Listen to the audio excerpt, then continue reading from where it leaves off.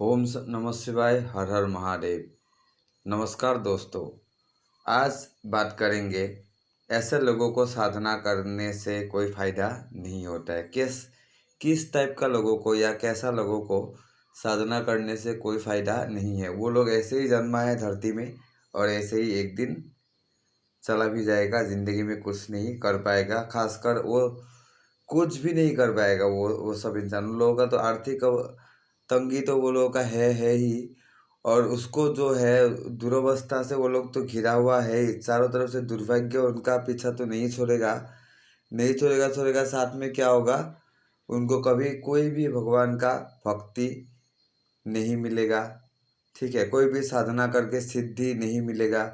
साधना क्षेत्र से ये लोग, ऐसा इंसान दूर रहने से ही ठीक है। मतलब उन लोगों का समय जो है वो समय का वेस्टिंग नहीं होगा, टाइम का वेस्टिंग नहीं होगा, और टाइम जो भी हो बच जाएगा उन लोगों का।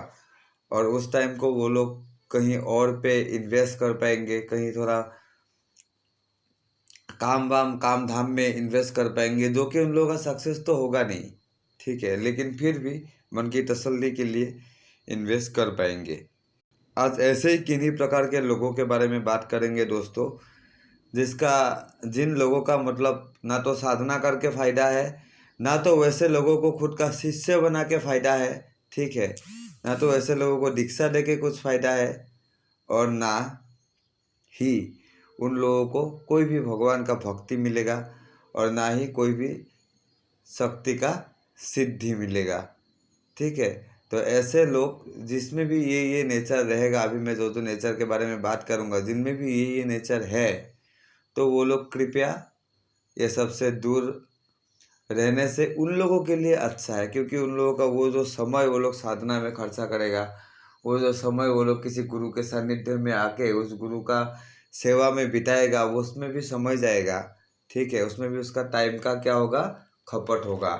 और अगर काम ही नहीं आता है, सिद्धि नहीं मिलता है, ठीक है, उसका ऐसा कोई भाव है ही नहीं, तो बेकार में समय वेस्ट करके, बेकार में वो टाइम वेस्ट करके कोई फ़ायदा तो है नहीं।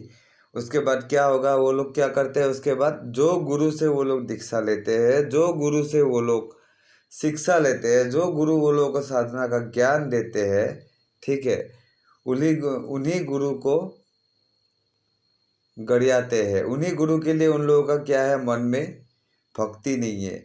गुरु के लिए भक्ति नहीं है तो भगवान का भक्ति थोड़े मिलेगा, कभी नहीं मिलेगा। और ठीक है, गुरु को भक्ति मत करो, सही दिल से सही ढंग से भगवान को तो सोच लो एक बार। ठीक है, इष्ट कौन है आप लोगों का, उन लोगों को नहीं पता। हाँ, एक दिन माता रानी की पूजा कर लेते हैं, एक दिन महादेव का पूजा कर लेते हैं, एक दिन हनुमान जी का पूजा कर लेते हैं, एक दिन भैरव जी का पूजा कर लेते हैं।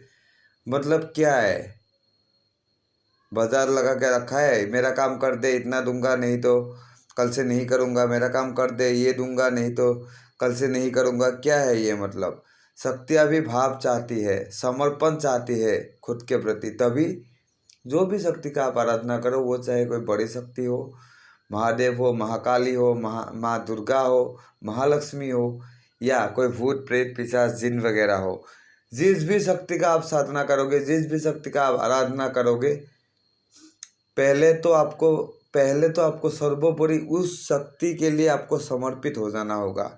ठीक है, समर्पण के बिना साधना नहीं होता है। समर्पण होगा, उसके बाद ही साधना होगा, उसके बाद ही सिद्धि मिलेगा। और जो कि साधना के ये सेक्टर है, खासकर जो साधना का सेक्टर है, यहाँ पे क्या होता है, सिद्धि हासिल करने के लिए आप लोग सुने होंगे, मेरे वीडियोस में भी मैं कई बार बोलता हूँ, दूसरों का वीडियोस में भी वो लोग कई बार बोलते हैं कि बिना गुरु साधना सफल नहीं होता है।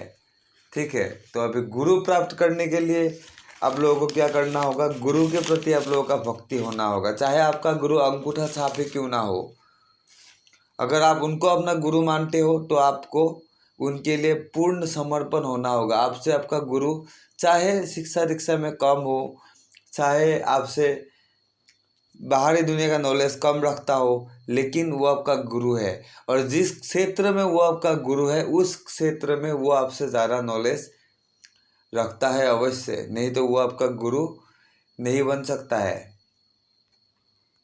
ठीक है। आज ऐसे ही कई लोगों के प्रकार के बारे में डिस्कस करेंगे। कई प्रकार के लोग दुनिया में मिल जाएंगे, जैसे कि आपको अभी मिलेगा कोई कोई प्रकार के लोग ऐसा मिलेगा कि मैं हमेशा भगवान का पूजा करता हूँ। हम लोगों को ही मिलता है, मैं हमेशा भगवान का पूजा करता हूँ या करती हूँ बोलता है, ठीक है, या बोलती है, लेकिन भगवान मुझे देखता ही नहीं है। उसके बाद भगवान को अनाप शनाप अलग तलग भाव से गालियाँ देता है, मीठा स्वर से हो या कड़क स्वर से हो, ठीक है। ऐसे भक्तों को भगवान का ज़रूरत नहीं है। भगवान उनके लिए उनको खराब नहीं पाते भगवान, क्योंकि हम सब लोग तो उनके बच्चे हैं।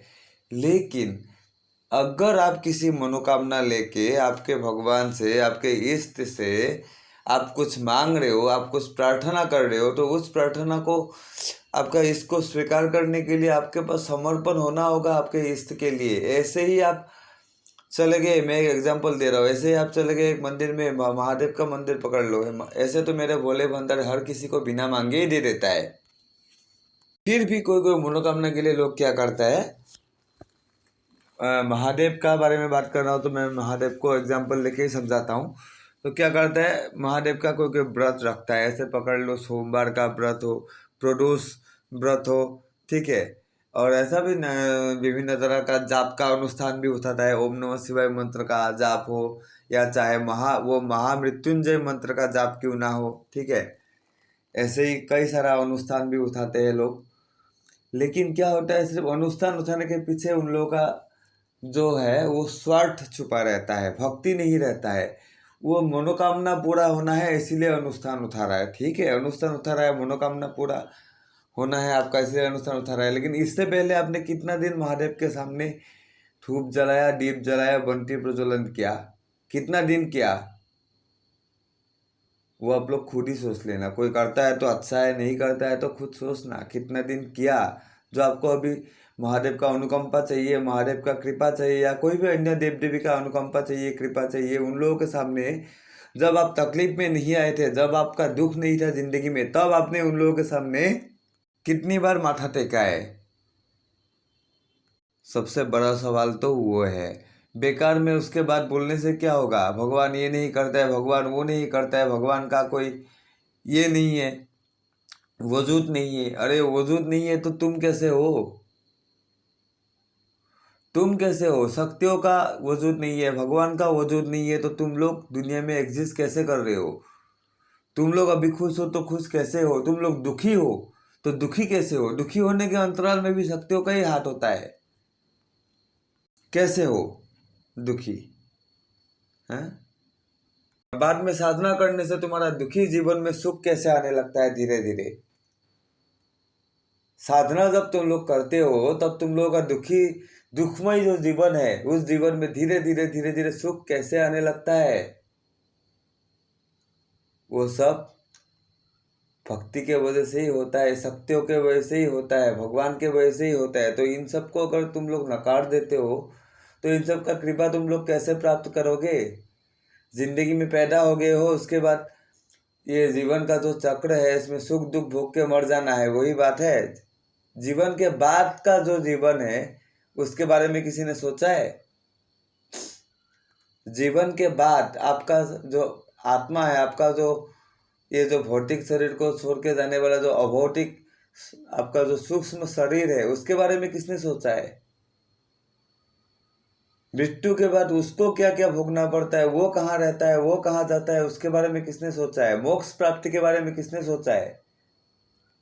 ऐसा जो भी हो, शक्तियों का बात करने से मैं थोड़ा ऐसे ही इमोशनल हो जाता हूँ। जो भी हो, मैं बोलने की कोशिश कर रहा हूँ, आज समझाने की कोशिश कर रहा हूँ कि अगर आप लोगों को शक्ति चाहिए, आप लोगों को कोई भी देव देवता का हार आपके सर पे चाहिए, और उसके बाद आपको क्या करना है, शक्तियों को रखना है अपने साथ, शक्तियों से काम लेना है। जैसे कि अप्सरा हो, जिन हो, बेताल हो, भैरव बाबा हो, ठीक है, महाकाली की शक्तियाँ हो, ये सबको अगर आपको रखना है साथ में, आप सबको अगर काम लेना है इन सब से, तो पहले तो बात है आप लोगों को इन लोगों के साथ भक्ति से जुड़ना होगा, साधना करना होगा, इन लोगों के प्रति समर्पित होना होगा, समर्पण दिखाना होगा इन लोगों के प्रति। पहले आपको करना होगा, उसके बाद शक्तियाँ करेगी। पहले आप समर्पित करो खुद को उसके प्रति जिसका आप साधना कर रहे हो, उसके बाद वो शक्ति आपके प्रति खुद ब खुद समर्पित हो जाएगी जिसकी आप साधना कर रहे हो, और सारे सिद्धि आपको मिल जाएगा। नियम विधि विधान ये सब तो बाद में आता है, पहले तो आता है शक्तियों के साथ जुड़ने के लिए पहले आता है समर्पण। आपके मन में अगर समर्पण नहीं है, आप अगर खुद समर्पित नहीं हो शक्तियों के प्रति, तो कोई भी शक्ति के साथ आपका जुड़ाव नहीं हो सकता है दुनिया में। और अगर आपके समर्पण है किसी भी शक्ति के प्रति, तो आपको साधना करने मात्र से, सिर्फ मंत्र का जाप करने मात्र से वो शक्ति आपके लिए क्रियाशील हो सकती है। अगर आपका भक्ति में इतना शक्ति है, आपका समर्पण में अगर इतना खिंचाव है शक्ति के लिए, ठीक है। ऐसे बोलने से नहीं होता है, दुनिया में शक्ति एग्जिस्ट नहीं करता है, दुनिया में ये नहीं है वो नहीं है, खुद का कैपेसिटी नहीं है तुम्हें शक्तियों को बुलाने के लिए, शक्तियों के साथ समर्पण करने के लिए, क्योंकि इतना सेल्फिश हो चुके हो, सिर्फ खुद का स्वार्थ पूरा होना चाहिए शक्तियों के थ्रू। ये भाव लेके साधना करोगे तो शक्तियाँ सिद्ध होंगे? कैसे होंगे? हाँ, कैसे होंगे? हालांकि बहुत सारे साधक मुझे ये सब प्रश्न करते हैं, इसलिए मैंने क्या किया, उन लोगों को अलग अलग जवाब देने से बेहतर मैंने आप लोगों को एक वीडियो बना के एक जवाब के हिसाब से आप लोगों को दे दिया, ताकि आप लोगों को भी एक थुलमुल का एक आइडिया, एक जो मोटा मोटी एक आइडिया होता है ना, वो आइडिया हो जाए कि शक्ति के साथ पहले जुड़ाव के लिए पहले शक्ति के प्रति आपको खुद समर्पित होना होगा, उसके बाद ही जुड़ाव पॉसिबल है, नहीं तो जुड़ाव संभव नहीं है, ठीक है। और इसको क्या करना है, साधना को क्या करना है, एक क्रमबद्ध तरीके से करना पड़ता है। ऐसे ही उलझुल साधना करने से भी सिद्धि नहीं मिलता है, इसका तरीका होता है, ठीक है। इस विधि से, इस विधान से, इस प्रकार से, इस टाइम पे, इस दिशा की ओर मुंह करके, इस कोने में बैठ के या इस कोने की ओर मुंह करके, दिशा बंधन, आसन बंधन, क्या बोल रहा था, दिशा बंधन, आसन बंधन, और उसके बाद उन लोगों का भोग वगैरह, कैसे वचन लेना है शक्तियों को, कैसे आवाहन करना है शक्ति को, कैसे आपको विदा करना है, जब वो आके वचन दे के आपसे विदा लेके जाएंगी तब उसको कैसे जाने के लिए देना है, उनसे उस टाइम क्या क्या चीज़ बोलना है, सारा कुछ एक प्रणाली के तौर से होता है, एक तरीके में होता है, 1 by 1 होता है वो चीज़ सब। और वो चीज़ सब कौन जानता है, कौन आपको ज़्यादा अच्छे से नॉलेज दे सकता है? जो एक्सपीरियंस इंसान है। इसीलिए बोला जाता है कि कोई ना कोई एक्सपीरियंस इंसान को गुरु बना लेना चाहिए, जो ये सब साधना करके उठा हो, या ये सब साधना का नॉलेज हो उस इंसान का, ऐसा इंसान को गुरु बनाना चाहिए। तब क्या होता है, वो इंसान आपको क्रमबद्ध तरीके से, प्रणाली से साधना करवा सकता है। नहीं तो साधना तो आप बिना गुरु के भी कर सकते हो। आप महादेव को गुरु बना लो और उसके बाद आप अपना साधना जारी रखो, कंटिन्यू करो, लेकिन तब आपको ये प्रणालियाँ कौन सिखाएगा? आपका तो इतना तपोबल है नहीं कि आप सीधा महादेव को गुरु बना के आप डायरेक्टली आपका जो है मानसिक तौर से आप महादेव से बात करोगे, महादेव से आपको आइडिया मिल जाएगा, ऐसा है क्या? नहीं है। महादेव आपका गुरु है, महादेव का कृपा दृष्टि आपके ऊपर रहेगा, लेकिन वो आपको एडवाइस देने के लिए नहीं आएगा कि ऐसे करना है, वो करना है, ये करना है, वो करना है, ठीक है। हाँ, साधना में कुछ प्रॉब्लम हो तो शायद महादेव रक्षा भी कर ले आपका, लेकिन कैसे करना है, ये जो नीति नियम है, विधि विधान है, ये सब आपको वो नहीं सिखा सकते, या वो सिखाने की कोशिश करने से भी आप नहीं सुन पाओगे उनका बात, या नहीं समझ पाओगे आप, क्योंकि इतना तपोबल आप में है ही नहीं।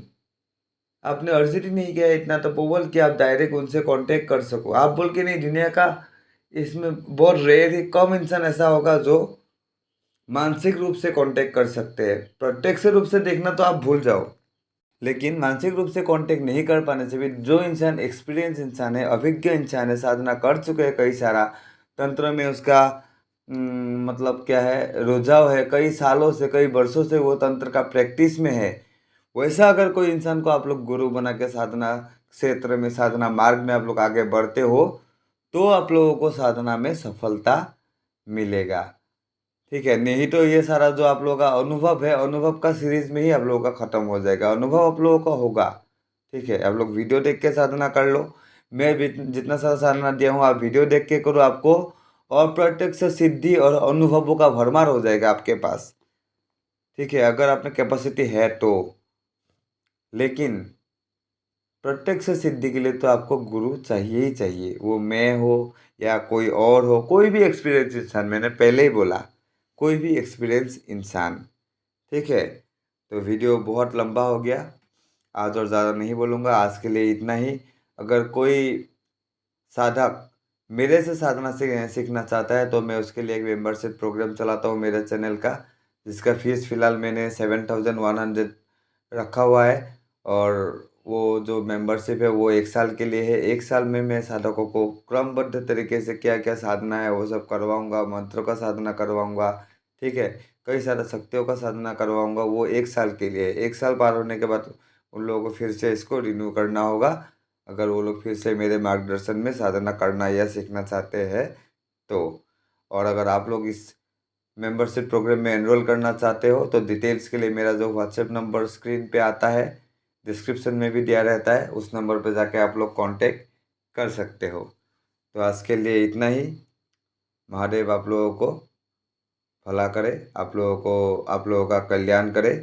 हर हर महादेव।